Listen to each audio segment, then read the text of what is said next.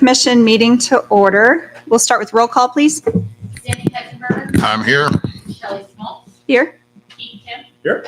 Dan Braun. Here. Valerie Armstrong. Here. Eric Fowler. Here.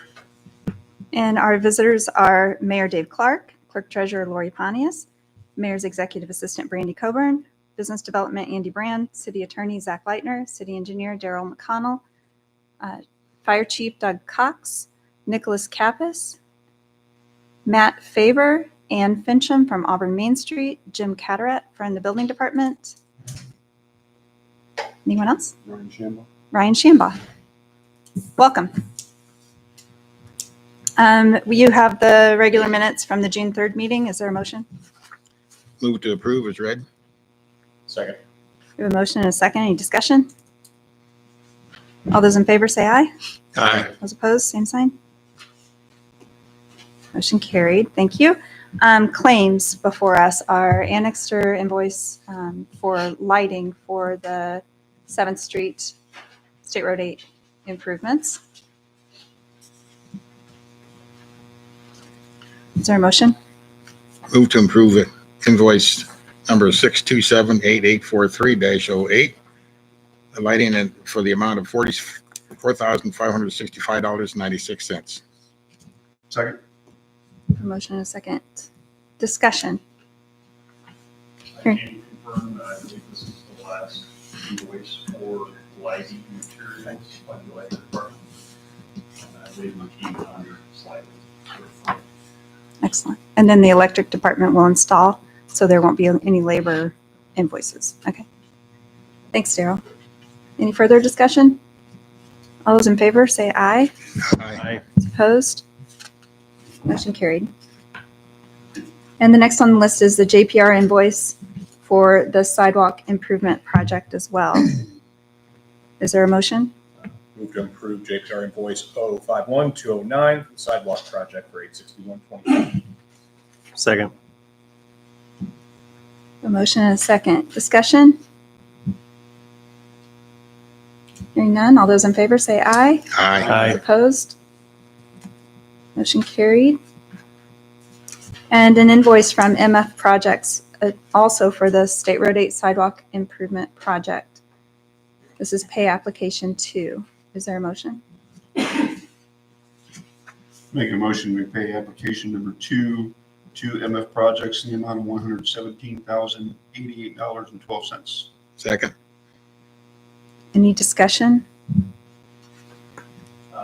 Just a quick update. Yes, sir. It's, pay application number 2. The project's progressing nicely. We've been by there lately. There's already concrete going in. The first Ben Davis approach has been completed and they're open. That's open. We're using that today. So there's 3 other ones, I believe, for Ben Davis, but we're making good progress.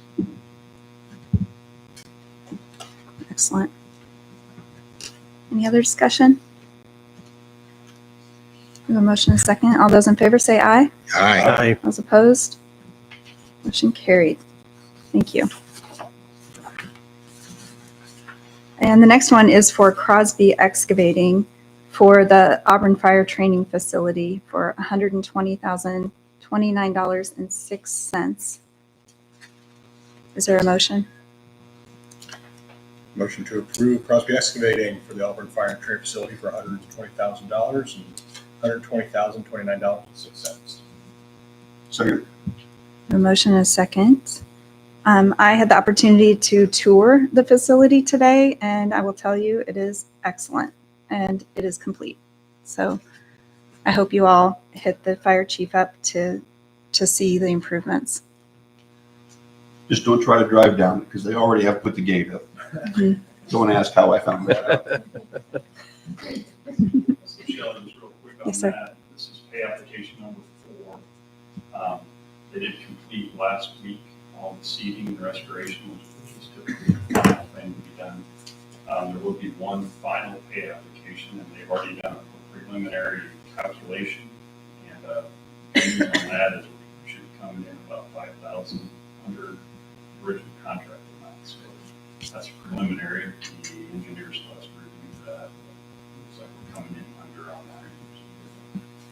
For the total project? Total project, which was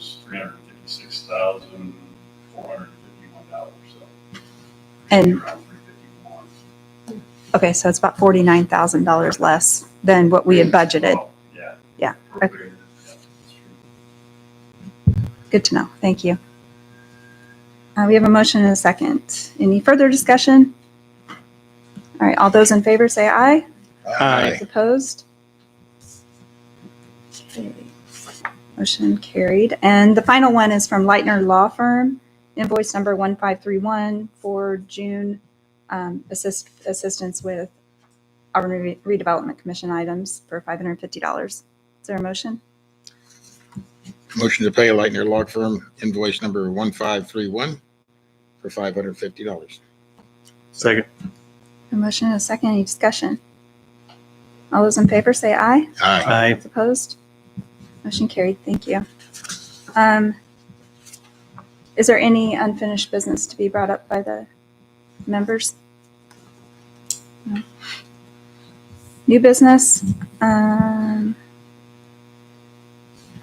On the agenda, we have an update to be given to us by Nick Kappas from Auburn Development Group about the progress on that project. Well, good afternoon, everyone. It's a pleasure to be back in Auburn. And thank you for your time today. So, not to just reiterate what I already wrote to you in the letter that was put in your packet today, but we're 16 months into this Ready 2.0 process. And as you all can see over at 9th and Main Street, we are moving forward. One of the things that we feel very confidently about is our project with Ready, but also our project with the community. This project is more than just some development. This is an icon. This is going to be a new icon for this new chapter in Auburn's history. And we really appreciate the work that the city of Auburn has done with us in collaboration with the MOU. But I'm here today to talk about releasing the $500,000 that was earmarked for 2025, even without the state's approval. And when I say by the state's approval, it's not because we think the state's going to say no. We actually believe that they're going to say yes. Our contacts that we've made down at the state level, they see our project, they've labeled it a high priority. As a little bit of history with this, from the beginning of April through the mid of this past month, Ready was on a standstill due to a forensic audit of the IEDC from the prior administration. So we had a 2.5-month delay in addition to administrative delays before that. This project, it has to move forward, not just because of us and because of timelines, but because the city deserves it. And we would really appreciate and welcome any and all questions for this request for the MOU update, because we do know it's at least a 3-month process to get it through. Here, the EDC City Council, if that is a path that we can go forward with. But we want to get this process started now, because as you see, we're moving forward. On Monday, you're going to see people drilling 30 feet down, putting geopiers in to create an extremely stable foundation for this project. We're looking at this to last more than 124 years. We're looking at this to last hundreds of years, and something that gives back to the community year over year, multi-generationally. And so to date, we've spent, from a reimbursable perspective, that was already discussed in the MOU, we've incurred about $735,000 between demolition costs and environmental remediation on the site. Those costs alone are things that the Redevelopment Commission probably would have incurred on its own if a developer or someone hadn't come in and done the work that we've done. That building, as we all can remember, when we were doing demolition, we were hitting the southwest corner, and the northeast was falling down. It was unsteady. It was ready to fall, and it was a hazard to the community in terms of its structural integrity. And so we believe what we've incurred thus far is something that we all would have done together anyway. And we can move forward from here and take this 500,000 and turn it into $1 million, because realistically we've spent the 500. This 500 allows us to deploy to the next amount in our next phase gate of our development process. So realistically, if you look at our, even though it's 500,000, it can be deployed as $1 million overall for this project, which I think is a great return. So if you look at the whole 2 million in the MOU, it's not just 2 million. We're able to reallocate that into the project. So 2 million spend reimbursement, reallocate that 2 million more. So we're looking at 4 million impact that you all will have on this project alone. So there's a lot of factors here where the city, ourselves, and the state, we're not pointing fingers on who's doing what. Realistically, the state administration is what's holding all this up. But at this time, we believe the city is ready for this development. We're ready for this development. So we're moving forward, and we really want the city to move forward with us. So I'm open to any questions about the spend, about what our timeline looks like, and anything else that goes along those matters. Nick, remind us again what your total investment is in this project.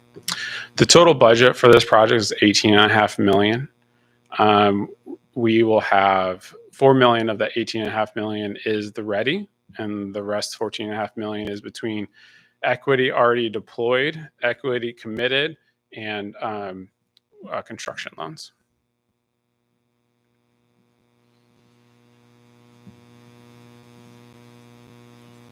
The Ready grant, I believe, required a local match, right? That is correct. And you applied for $2 million.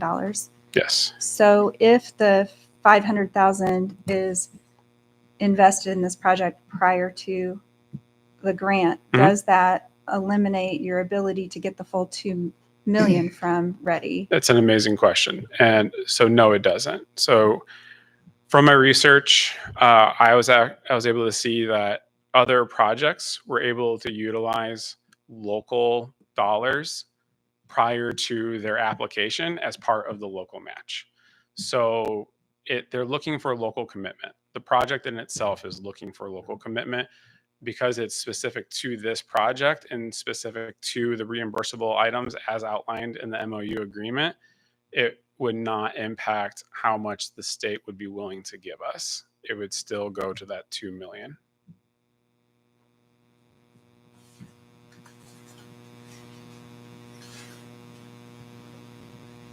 And I think when I speak about this project, and the last time I was up here, we talked about the audible gasp that happened when it came down.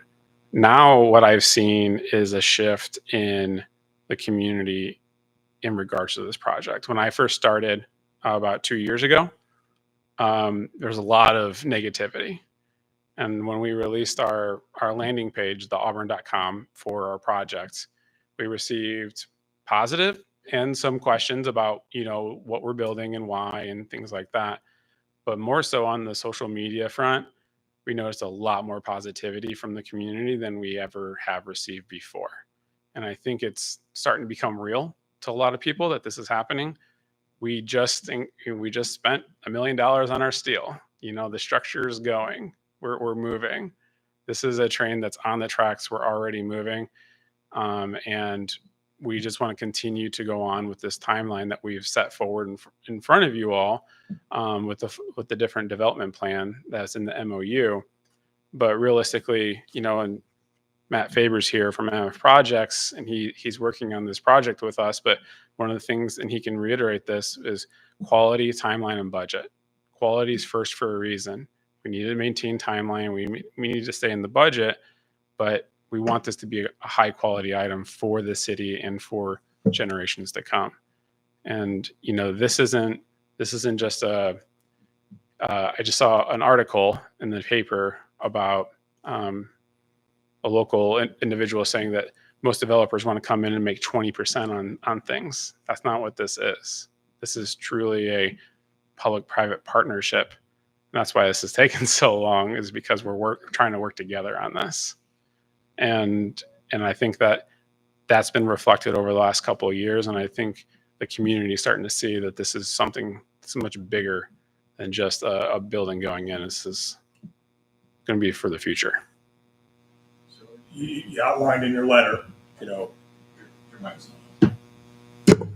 You outlined in your letter, I usually don't need the mic. Outlined in the letter, as outlined by the MOU, is provided as a form of forgivable loan. So if, for example, the Ready grant wasn't received, this would be a reimbursable back to us. Mm-hmm. That would then go back to Zach. How would we have to adjust our MOU? Would we have to do a new MOU, an addendum?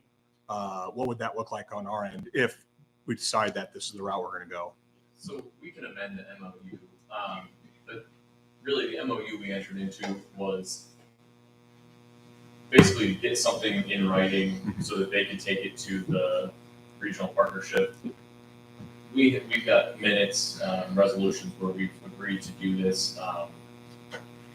So the MOU, we can modify that if that's what we chose to do, but the real meat of this is going to be contained in the forgivable loan documents. So we would have to, and I've got them mostly drafted, but Okay. we are going to, well, I've got them somewhat drafted.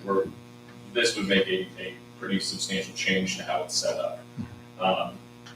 Ultimately, this will be sent to Frost Brown Todd, who will make sure that it's all, the city's never done this before. Yeah. So we want to make sure that we're doing it correctly and that not only is everything spelled out correctly for the developer, but also that the city has every bit of protection. The Redevelopment Commission has all the protections that we can have. So that's the real. Okay. So we basically we created a new contract, essentially, an updated contract. So if an updated MOU, like if the $500,000 or the Ready grant wasn't received, we have the clawback built into that. So we're going to have to enlist an outside third party to help us draft these. That's probably going to be pretty expensive. Are we going to own that as a committee? $10,000 to $50,000, whatever that looks like, or would that come out of the loan? What would that look like? So we are willing to take that on. Okay. And how that looks, I would like to talk with Yeah. Mr. Leitner about that, but we're willing to take that on. I talked to management and our investors, and there wasn't a hesitation, because at the end of the day, we want to move forward together. We don't want you all to feel like there's any holdups from that perspective. And then that way we can work with Frostbound Todd to work that out. So that's something outside of the spectrum of what we will provide, that makes it a little easier. I think it's important from the Redevelopment Commission perspective that if we were to just advance the $500,000 now based on the current MOU or an updated MOU, we don't have any of that structure in place. That obviously they plan to go full speed ahead, but if something were to happen, we wouldn't have any sort of clawback, or it wouldn't be considered a loan that they'd have to repay. And there's just legal issues with just giving them money based on an MOU. We have to have some form of structure behind it. So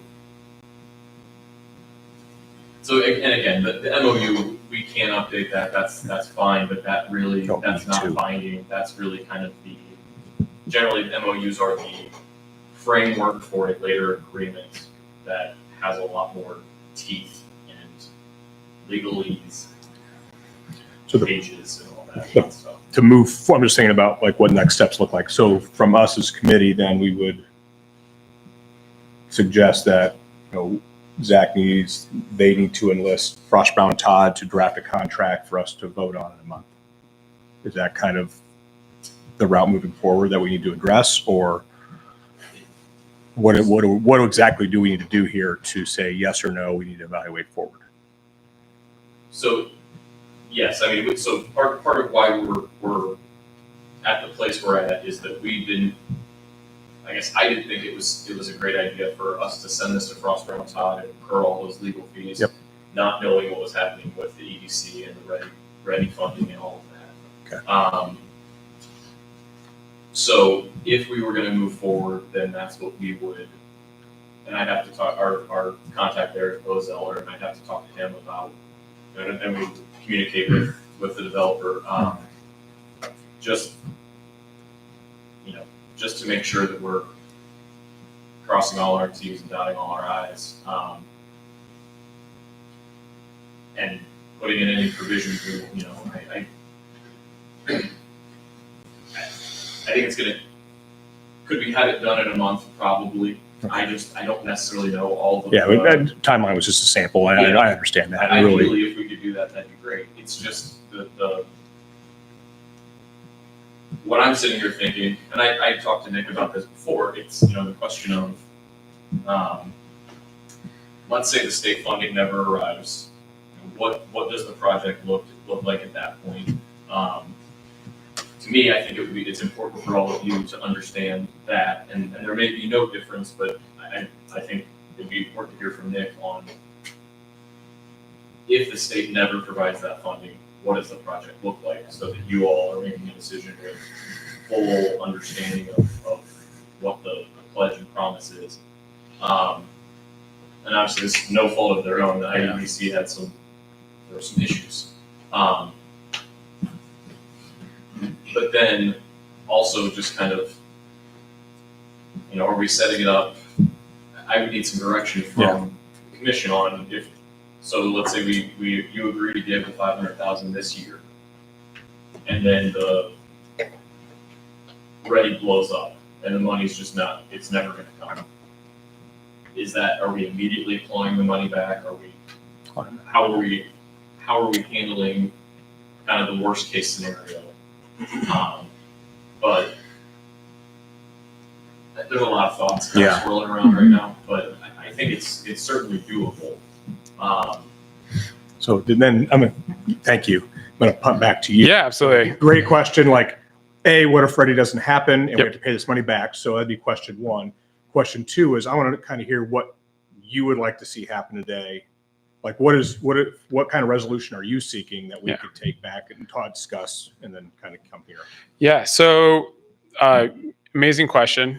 I'm not going to say I've heard that question a lot lately. And so the answer to that question is we've bought the steel, structure's going up. It's how, like I said earlier, quality, timeline, and budget, right? What we've done is that floors 1, 2, and 3, those are all rentable. Those are all revenue generating, right? So commercial first floor, residential second and third. We have before this commission meeting, and a couple months back, we actually increased our number of units that are rentable by 40%. We went from 10 to 14. So now instead of 10 2-bedroom units, we're at 14 mix of studio, 1-bedroom, and 2-bedroom. So we understand that there is a housing crisis across Indiana, across the United States.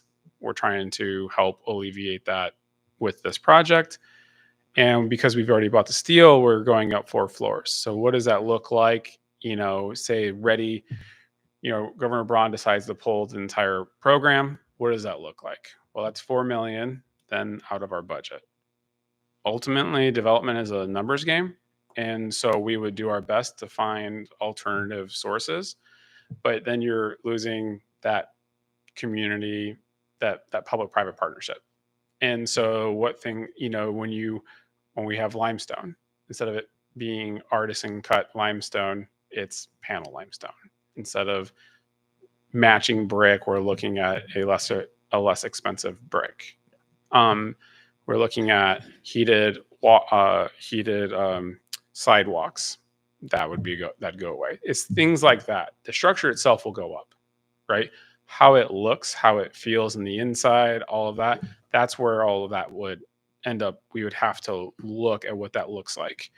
Currently, I'm not going to say that we haven't thought about that. What happens if we're 16 months into this project? It would be really poor form on our part if we didn't have that alternative plan. Like, what happens if that money isn't there? Now, we feel confident that it's moving forward. I live in Southern Indiana, and the region down there, I'm friends with the Regional Development Authority president down there, and they just had 2 Ready 2.0 projects approved. It's moving forward. How fast? It's not how fast we all want it to be, but they are moving forward. And so that's why we can't give you a timeline. We can't give you a date of, like, we know that we're a high priority item. We heard that from the governor's office. We're a high priority item, but they cannot give us a date on when we're going to hear back from them, from the board, because they meet once a month. So what we're looking at is, what we would like to see is from today, an MOU that shows, hey, you know what? Auburn's all in on this project. This first phase of getting the foundation, the foundation, all the environmental remediation done, and that demo, that's already taken care of. That first phase is complete, right? We're in the purchasing part of our development plan, that we would say, hey, you know what? They did what they said they were going to do. Like, let's go ahead and move forward with the 500K, because they did exactly what they said they're going to do. I understand people in the past have not done what they said they were going to do.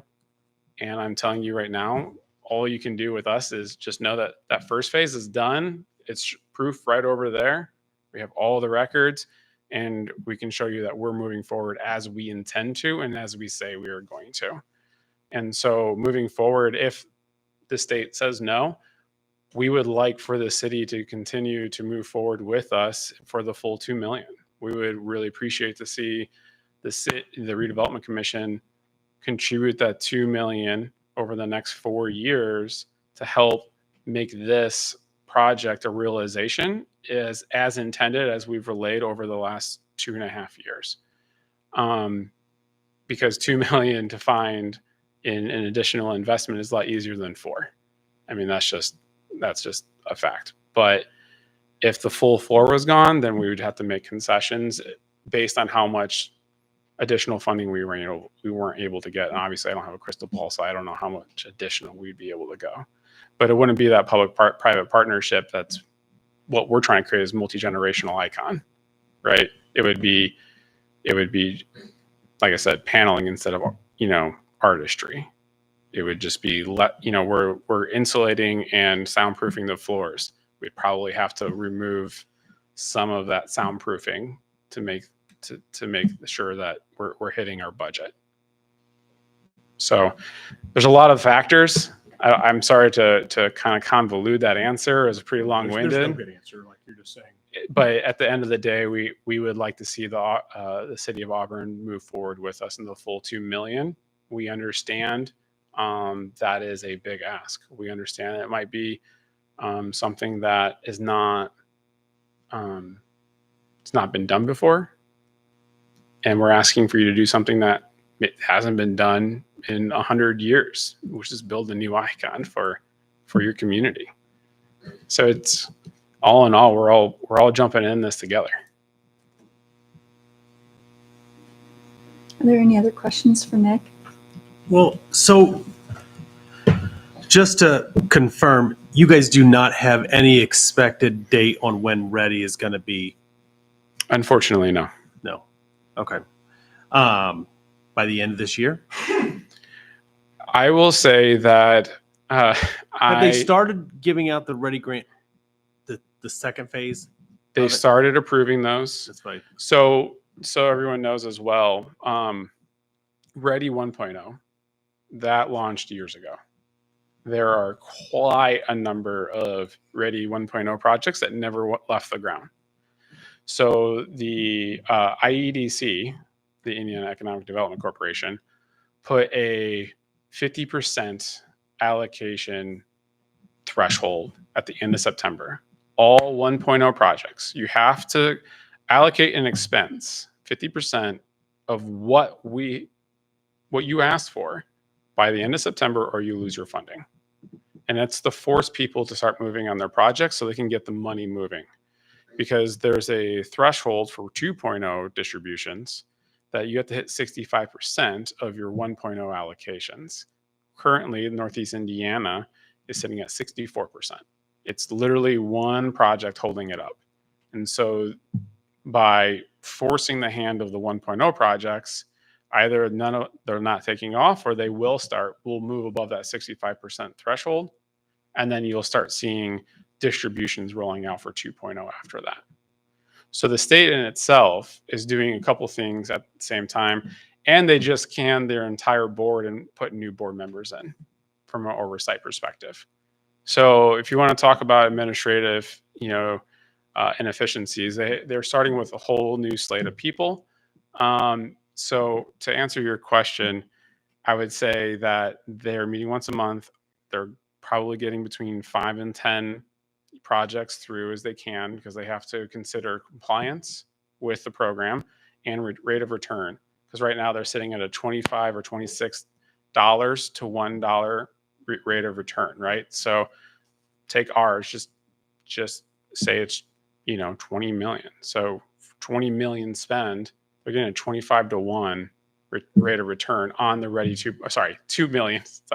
The $2 million that they're spending. This is 25 to 1. So it's $50 million that they would receive back in future taxes, in economic drive for that community. That is what they're touting. And so at a 25 to 1, anyone would want to continue that program and keep putting money through that program. And that's why at a $2 million ask from the state, that's a $50 million gain for them. So, we feel confident that for what we're trying to achieve and what the state's trying to achieve, they all match. It's just getting in their queue and getting past the second stage. We already passed one phase gate with them. They call it the sniff test. It's the compliance test. We already passed that. Now they're reviewing us for the second phase, and that's what the holdup is.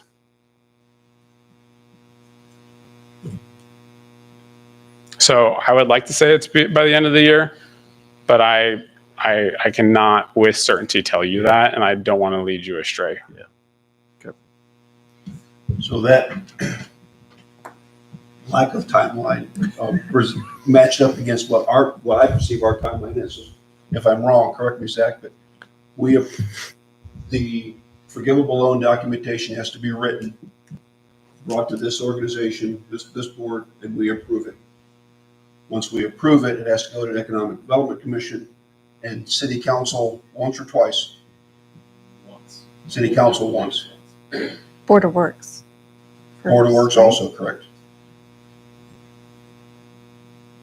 Maybe. Then it has to come back to us for final approval. So we're 3 months. Yeah. So at the bare minimum, if we give Zach the go-ahead today, it's August, September, October before we can answer and do anything with them. So now are we rolling the dice saying Ready will be approved by then? Or do we now consider one of our other two options, which are, number one, we get this thing written, we get this process started with the $500,000 outside of Ready and the 1.5 million remaining with still Ready dependent?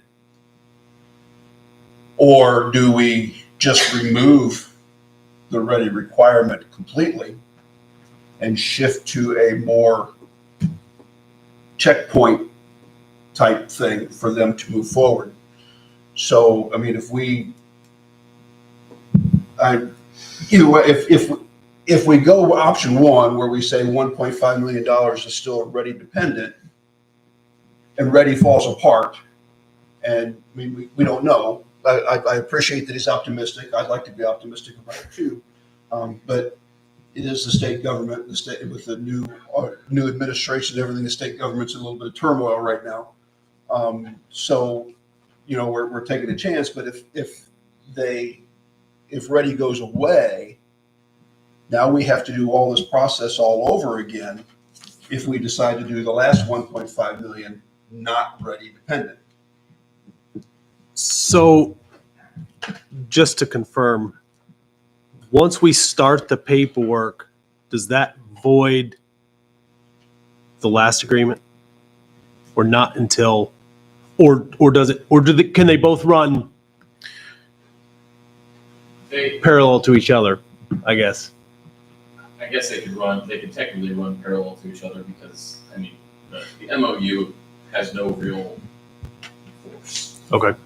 So while it wouldn't be a bad idea to have an updated MOU to spell out what the terms are, that's not the driving document.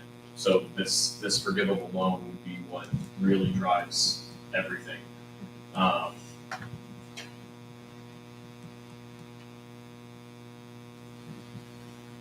So yeah.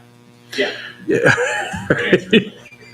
And this is what we've been dealing with this program this whole time. However, we felt like this program was a great opportunity for us to be able to work with the city and the state to create this, right? And it's always been a chicken and egg, like who goes first, who moves first between the state or local, right? The state saying, well, we need local to say that they're in on this. You know, they're in it too.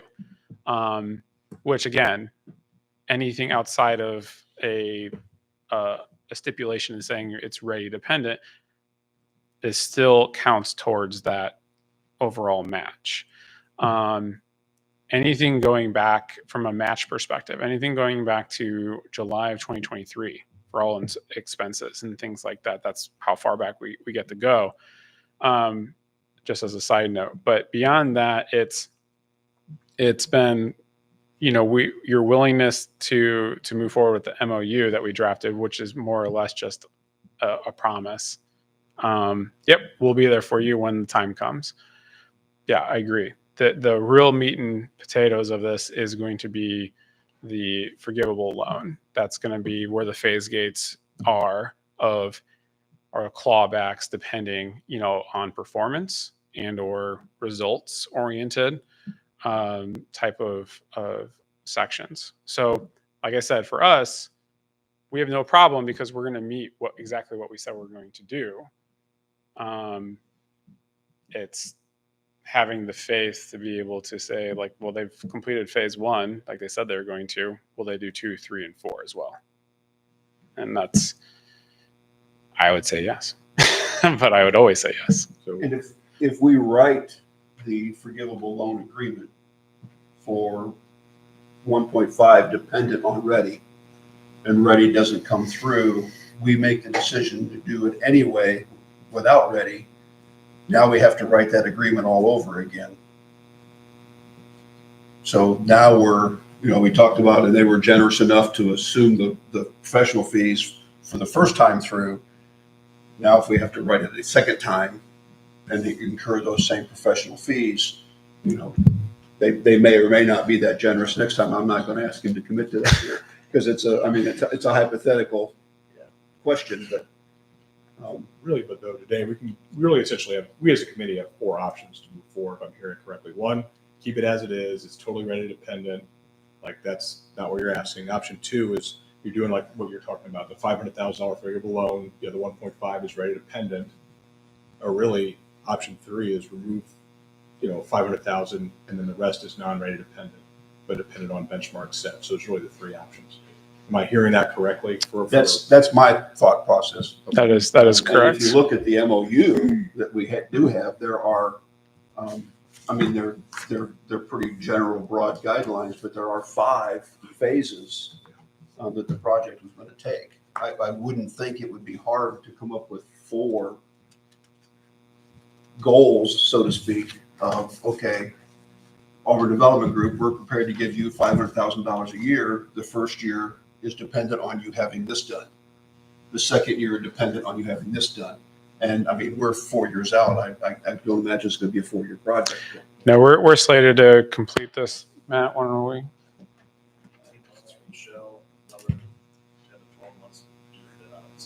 Based on cabinet space. Okay, so 2027. part of this was reimbursement, as we discussed in the original MOU, was essentially reimbursement for that first 750,000.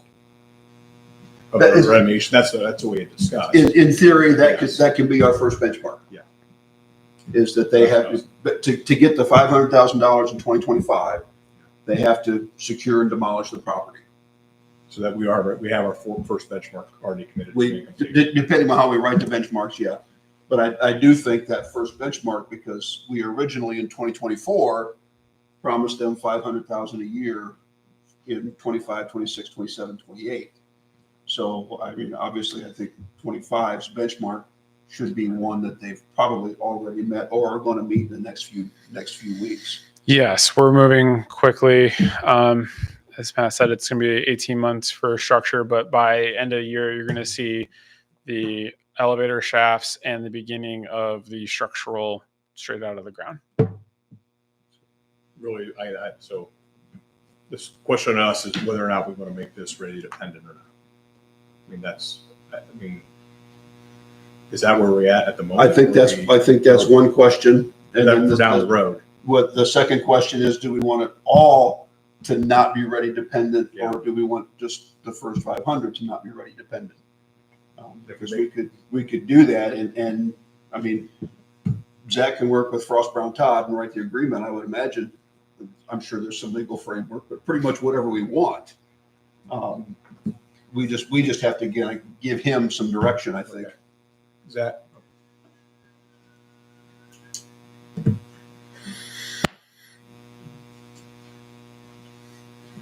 Zach, is there an ability to us to come to you and say, hey, we want to make the first $500,000 loan forgivable with the contingency that the board at a later date can decide, like, based off the 4 metrics that we said, or what that is, like, hey, we can take a vote again later, saying we can make the rest loan forgivable, not ready dependent, if the ready program falls apart? Or would we have to go through the whole process again then? So if we wrote it that it was ready dependent, we'd likely have to go through the whole process again. We couldn't put a That's contingent in something there? I'll have to confirm. Okay. There may be a way that we could get creative on it to where it's. If we can remove any dependency we have on the state to make that determination without incurring another $30,000 of legal fees for a secondary contract, that's. Well, and I guess it depends, and I guess it depends on. It's a weedy question too. It's a weedy question because it really depends on all of you. Is this $2 million contingent upon the match? It's chicken and egg sort of situation. Obviously, the state funding is contingent upon a match from us. So Does the Redevelopment Commission feel that it should be the same? That the funding received from the Redevelopment Commission should be subject to the match from Ready? To me, that's the question you're really asking right now. Is it's possible that we could make the match. It's contingent upon another $2 million, upon $2 million of public-private match, where we're not necessarily specifying Ready. I don't know. I'd have to do some digging to find out is that, does Ready want to see that an agreement like this specifically mentions them or not? I don't know if they care. They may not know if they care until it comes in front of them. They just wanted, sorry, Mr. Leitner, but they just wanted to know that there is the local match component. Again, they don't, because their whole thing is not, much like you all, they don't want to feel like they're footing the bill for some private developer to come in and just start building wherever they want to build, right? And that's why, even though the minimum percentage amount of the total cost of a project, they said is 8%, right? Or sorry, it's 4 to 1. They like to see that it's actually that that they're only instead of a quarter, 25% or whatever, it's actually 10%. They want to be 1/10 of the actual project size itself. We were pushing the boundaries at 18.5 million with a $2 million ask. But it passed their first their first round of reviews. So all this to say, my point in saying this is, they just wanted to see if the city or any local entity is also in on this as much as they are. And you guys with your MOU said, yeah, we are. We're just waiting on you now. So you put the ball in their court and they accepted that, and now they're reviewing it.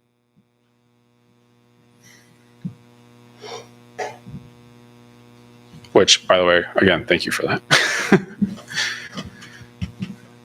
I think the other alternative is we do absolutely nothing until Ready comes through, or doesn't come through, we get a final decision.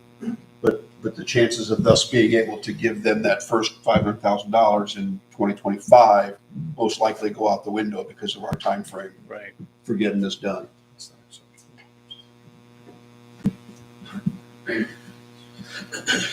Nick, if that $500,000 is forwarded in advance, where does that go? What are you using that for?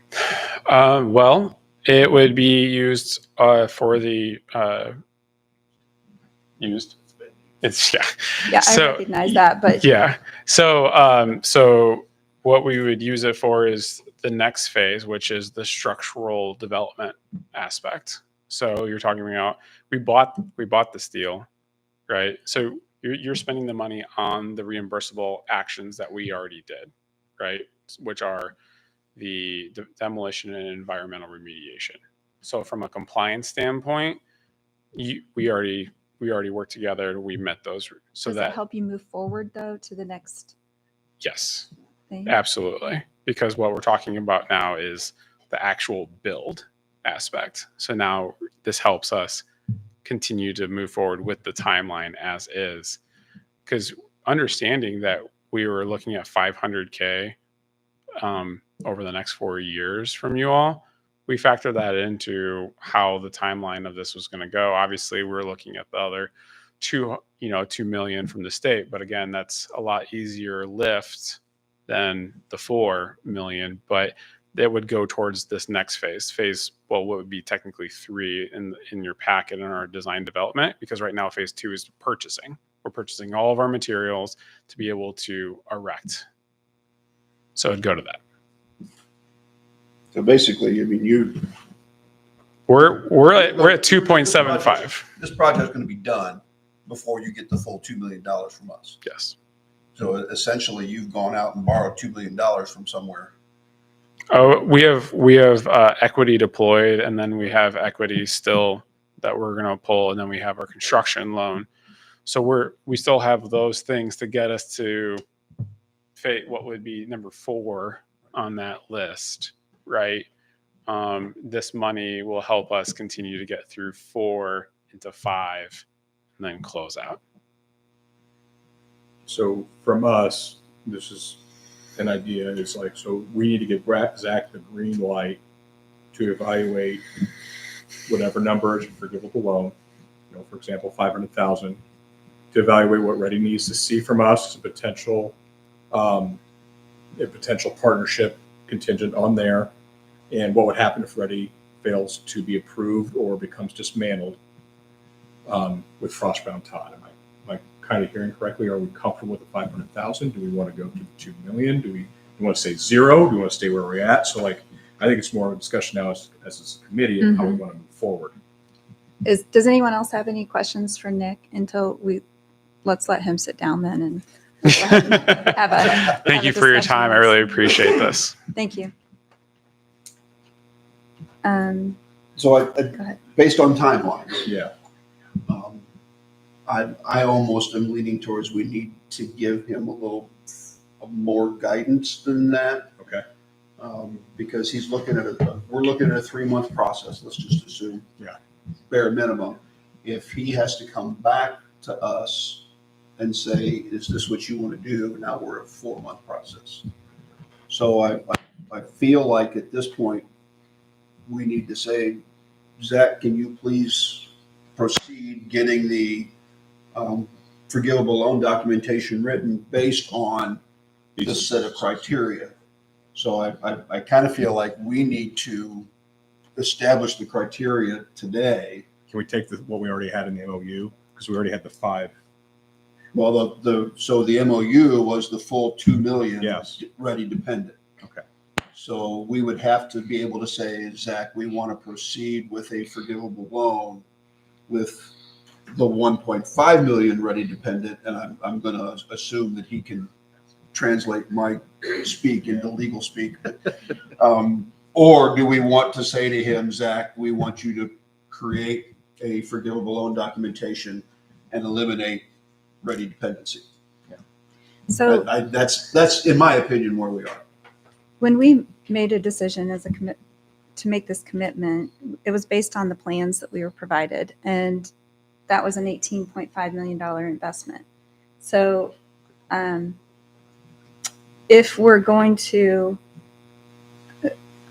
commit to the $2 million, I think it needs to be that $18.5 million investment. Without Still. the ready grant. Yeah, regardless Yeah, that if comes ready back to you. happens or So not. If we were to commit the full $2 million of forgivable loan, would the project go as proceeded to the full 18.5, or would there still have to be cutbacks if you would lose back on the 2 million? I would say that if we got the full 2 million, we would work to get, we would find the other 2 million to make sure that we hit the full budget. I would say that is something that Final contingent. It could be a clawback. Yeah. If Okay, that's not it. built right. well, to just say, like, it's also based on pricing. Oh yeah. No. You know what I'm saying? So like materials ebb and flow, labor ebbs and flows. So we backed into 18.5 million because Ready was like, well, you need to give us a number. And we said, based on the pricing at this time, this is what we're going to do. So it could be based off original spec provided by Mhm. Auburn Development Group to what they provided us back in 2023. Because I mean, if Instead it's of the price. say like Right. pricing changes and all of a sudden it's 18 or 17.8, Yeah. you know, that's what I'm talking You about. went up Like, to the original design commitment of quality that you yes, makes the heirloom piece, the legacy piece that you're designing, choosing to design. absolutely. So that could be one of the Be the fourth benchmark. Could be a fourth benchmark. So And- do we need to come up with benchmarks today then? I would be comfortable letting Zach work that detail out with the developers, based loosely on what's in the MOU What's already- already. That's what we're getting at. I'm looking at him to see if he's going to be comfortable with that. Well, I mean, so the original structure is 500,000 a year. They've got to just prove that they've spent 500,000 on what Well, they. I think the original structure, the original MOU was 500 a year. The only thing they were required to do was get ready approval. And then they provided, I don't see where, I mean, this development plan, it's Exhibit B in the MOU. I don't know that necessarily was binding as much as informative. Right. So I think what we would be looking to do is make that more, if we eliminate the ready contingency, we would be looking to make some or all of these phases more binding. That would be for our protection, really. Yeah. Yes. So, and we've already discussed two, one, site ready, which is one we've already discussed. You know, two, now we have the last one's original quality and spec to what we provided back in the day and being placed into legalese, right?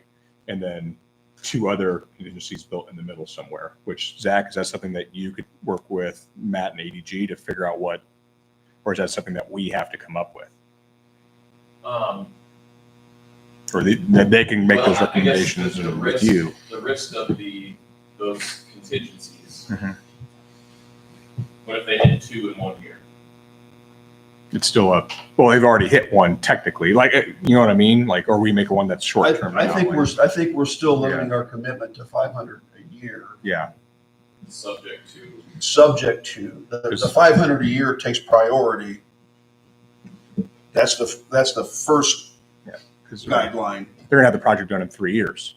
But the money's already spread out over 4 years. So even if they hit 2 in 1 year, so be it. They only max at 500,000. Right. Absolutely. And So that's- we're okay with Yeah, that. because that follows our 4-year commitment. It doesn't blow our budget that we've already committed to. And then I feel comfortable taking taxpayer money. It's held to a level of accountability. We're not then also rely on the state to get their stuff right. And we're doing something really cool for downtown Auburn, Indiana, built to the quality that we originally discussed. And if you would like me to come back annually and talk about all the things that we're doing as like an annual report, just to come in front of you so we have that continue. And I'm always available for conversations, but come back and have an annual report on what we're doing, where we're at, where our phase gates are, and how we're proceeding forward, or whatever frequency you'd like. I'm happy to do so as well to provide that level of assurance that we are moving forward. And I can see that being one of the things required to show that they've met that benchmark. Daryl's held to it every month, so I think we could expect that, right? So I guess the question is, and then we have to figure out if we want to.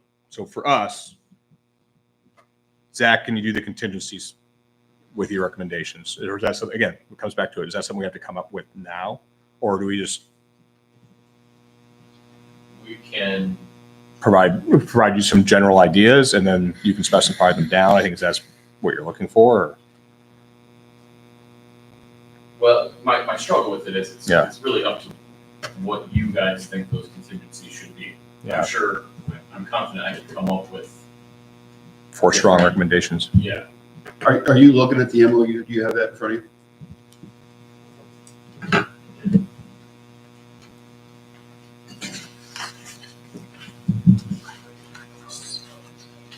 So what are like the 3 phases, Oh, so what was site ready? right? Yes. And then So I feel like, and I'm going to confess to probably being an advantage of some of the other commission members because I have it right in front of me, but pre-construction phase and procurement phase would be those two combined would be the first phase. They would have to complete that to generate the first payment. And then construction phase, post-construction phase, and pre-opening / launch phase would be the 4th contingency combined with the language that original quality and craftsmanship, however Pete so elegantly worded that and I tripped over it. So, is that helpful? Is that guidance?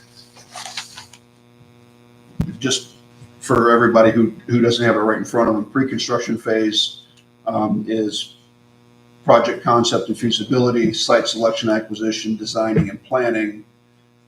Procurement phase would be contractor selection, materials and equipment purchased and agreements finalized. So they're probably done with that already. The second phase would be site preparation, which they've already done some work on. Foundation and structure would have to be put in place. Interior, mechanical, electrical, plumbing would have to be done, and landscaping would have to be done as the second phase for their second payment. The third phase for their third payment would be safety inspections, final approvals and handover occupancy, those types of things in the third phase rather. Fifth, again, using this last final phase is pre-opening and launch phase where they're, hiring, training staff, developing their standard operating procedures, marketing, branding, and a grand opening. There it is. Kind of. So my question on this is, it's going to be built in 18 months and probably stabilized in 24 months. So, and we're offering $500,000 per year, assuming they build it the way they said they would build it. The benchmarks I think are good, but is it necessary? I don't know. I mean, they're developers. They want to start making money on this. They want to start renting these units out. I mean, I think there does need to be some type of bench, because really our benchmark prior was Ready, right? And Ready's in the benchmarks. I think if we are going to remove the Ready contingency, then us as a committee and a city need to create somewhat, I mean, even if it is the general level of accountability for us, I think that there needs to be something in there to have some level of accountability back to the developer builder. That way, if they decide that they're like, oh, you know what, we're done, and they're halfway through, we're out $1 million and not $2 million. So it just maybe just having that some level of protection. That's nothing's going to be perfect, but having some level of protection, I think, allows us a way to say, what, we are creating accountability to the developer. And Daryl, in all his wisdom, his suggestion, which I think makes a lot of sense, is the benchmarks are percentage of completion. 25% you get the first 500, 50, second 75, and then 100. That's why we love our engineers. Yeah, I mean, I think that makes it a lot more simplified. And there's Matt's not real squabbling or questions about. and the pay applications show that pretty where clearly. Would you say that we're at 25%? I would say that we were at 25%. Okay. All right. Also, well, we're not even there yet. 1%, which is the approval. Like, I mean, Dan already outlined exactly that, just in, again, much more eloquent prose. But I mean, 0. Yeah. So if that's something you guys can do. First year, which is what we're in right now, they're just asking for the 500, no matter what percent. Hopefully in 26, you're going to be in the 50% complete range. That's going to be the benchmark that requires, another 500,000 to get to the end of the year, 26. We'll hit beyond 75% by the end of 2026. Very new. So 2027, 75% is the benchmark for another 500,000. If I do way beyond that, 2028, 100%. Okay. Perfect. Final 500. That's something they can work with, and it's general enough too. So the next step is for this commission to take a vote to proceed with the benchmarks and to pursue the forgivable loan, which the document would then come back to us hopefully for the August meeting, and we could vote on to approve that. If it is approved, it would go through the process. Yeah, I was looking at, they sent me I have a timeline on it. And you're instituting this agreement, but council has to meet twice. The EDC meets, and aside from really the creation of this document and the general approval of it, the RDC's part to play in this is a TIF pledge resolution where we're pledging the TIF from this area to help pay, because it's the money is technically going to the EDC to pay. They have the money going through Economic Development Corporation. Commission. Doesn't have the same procurement rules that money through the RDC does. So if money were to come directly from the Redevelopment Commission, they would have to do all their bidding publicly, and through the Economic Development Commission, they don't have to. So the TIF pledge is pledging money to the Economic Development Commission. So then there's a lot of moving pieces in this forgivable loan, but That's why they have to approve and sign off on it. That commission meets once a month as well? Economic Development. Yeah. It meets At As- need. As needed. And it's So if we, perfect world scenario, if we approved the first round on whatever the meeting in August is, it could go to council that same night, or does EDC have to meet first? I believe council meets first. I believe, but I'll do my best to move things along as quickly as possible. But I would, I would anticipate it not. So Again, I'll do my best. realistically, we should expect it to come back to us for the final time in October. That's building a little cushion. I mean, that's kind of, November. Honestly, I don't know that if it necessarily comes back here. oh, okay. It goes in between the council meetings, it comes here for the TIF pledge resolution, and then it goes back to council, and then it's, but I need a little more guidance on exactly Sure. how the process works. And But, this is all for not if Freddie's approved anyway. Right. So let's get it moving, and if ready happens, perfect. And then I guess for my clarification, so we're removing the ready match component or not? That's the way I'm leaning. I can't speak for the other members, but that's my, and that's why the way we had those contingencies. and I think that when Shelley talked about what we will eventually vote on is, I mean, is that, this is the guidance that he'll use. So I think we would have to decide, and that's going to be our vote is, well, I'll make a motion that we ask Zach to proceed with the forgivable loan documentation, creating let's just call it a public-private partnership between redevelopment, City of Auburn and Auburn Development Group to do $500,000 a year, up to $2 million a year, dependent on 4 milestones that you'll establish as benchmarks for progress. 500,000 a year up to 2 million. Over 4 years, Over not 4 years. Yep.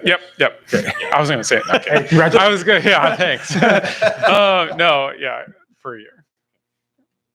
Does that make sense? I mean, Yeah. I guess, is that clear? And Is not- that what you yeah. need, Zach, to move forward before somebody seconds the motion and we're stuck with it?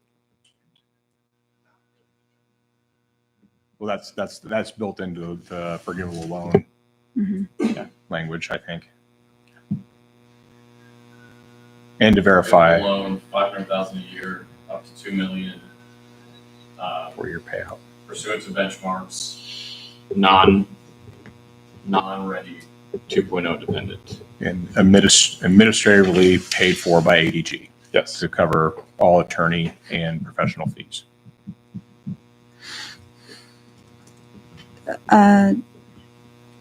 Do we need the motion amended to include that portion? Is that an official motion? Or we? I said the Okay. words, Oh, sorry. but I'll say it again. Let's say them again. I think that's. I want to make sure we follow. I guess All the rules. before I do that, did you write this down real thoroughly? Can I just read what you wrote down? Creating a public-private partnership for $500,000 a year, up to 2 million over 4 years, not ready dependent, per hitting the benchmarks, with ADG paying all professional fees. That covers. Is that, Sure. So that's your motion. that's my motion. I put you doing the motion. I'll second that. Okay. Okay. We have a motion and a second. So further discussion at this point. I have a question on when this project came to us, Baker Tilly did a tax impact study, and I'm trying to remember exactly what the impact was, and I'm thinking it was an estimated tax revenue up between $300,000 and $350,000 a year. Does anyone know that fact? Nick, do you remember that? Yeah, we estimated it to come out to around, actually in between there, we estimated out to 345, and it was somewhere around there with Baker Tilly, which came out to a 7.4-year return on investment for the Redevelopment Commission. Okay, thank you for that. Yep. I just think that's important to It's know. a good point to have it on record, because when people look, I mean, it's a lot of money. Mhm. This investment, with or without ready, not only brings something great to our downtown, but also pays us back in spades, which is incredible. How much longer is the TIF still available? Once this forgivable loan begins, and I'm going to need to defer to Zach on this, but I believe that starts the time on that TIF district, Okay.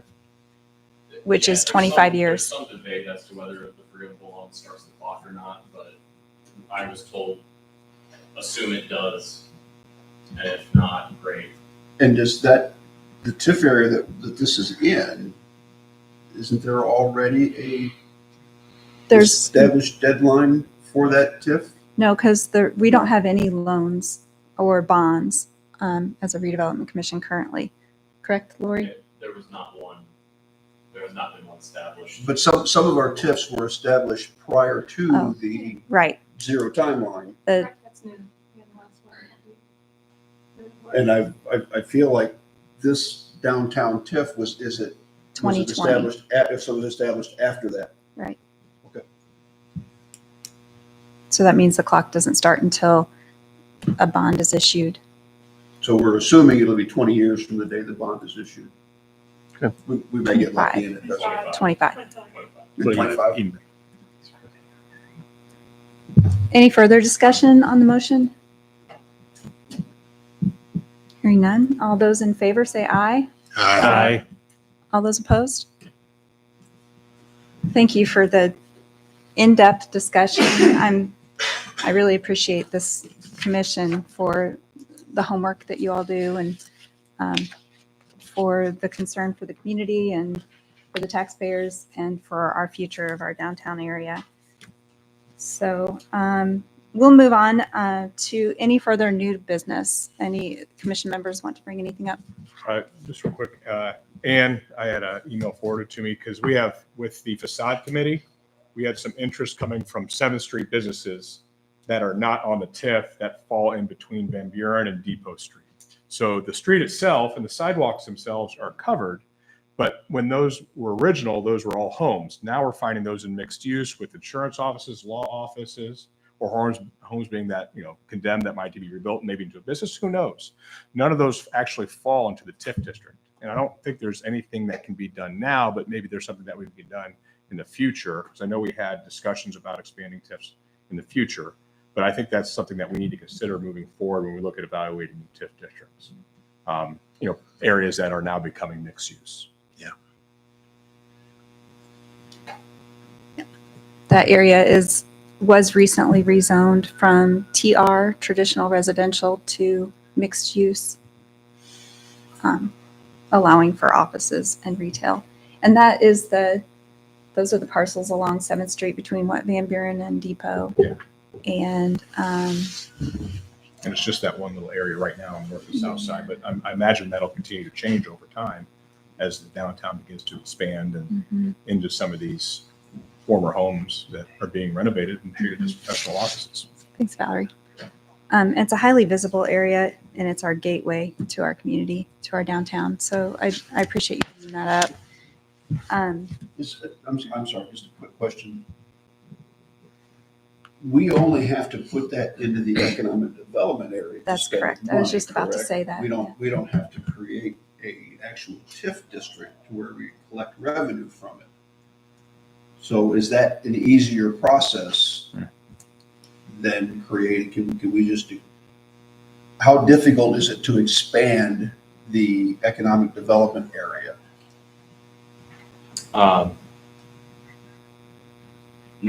It's not nearly as difficult as creating a new TIF or amending a TIF. So it's, when we do a tax abatement, we often have to create that economic development area because you have to have that in order to do a tax abatement. So we create that area by resolution and identify what that is. So it is easier. I, again, have to do some research just to make sure we're, that it's the same process, but I believe it is. The last time that was done was the Smith Drive area, when that was added to the economic development But area. we, when we did that as created- part of creating the process, of creating the TIF for the west end. Right. So this would be kind of a standalone thing, so we wouldn't, I guess the question comes down to is how much are we gonna have in legal fees Mhm. to do that? Does ADG want to pay for that too? Lightner law, but. He's like, no. No, we're Just- You don't know until you ask. I mean, I don't think it's, I don't think it's substantial. Some cities have just put their whole city into an economic development area. Right. I've found that doesn't happen as much anymore because what was happening is that's just what it was. But those expire 10 or 15 years and people weren't renewing them or keeping track of it. And so the guidance now is really keep it more of a specific, Targeted specific area. target areas and keep Yeah. track of them. I think that's something we can evaluate when Yeah. we have to evaluate a new tip area. I don't think it's a major need of importance. It's something that we need to maintain awareness of as a lot of these older homes become converted and where people go for professional services. And I just didn't know how soon we would be having that conversation about expanding the TIF area.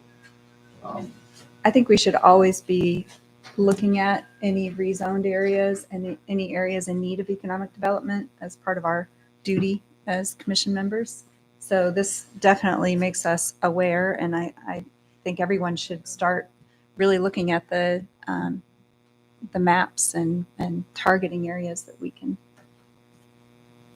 create opportunities for economic development. Absolutely. Any further discussion on that subject? Our next meeting is August 5th, and I would entertain a motion to adjourn. Move adjourned. Second. A motion is second. All's in favor? Aye. Aye. Meeting adjourned. Thank you. Not going to be late.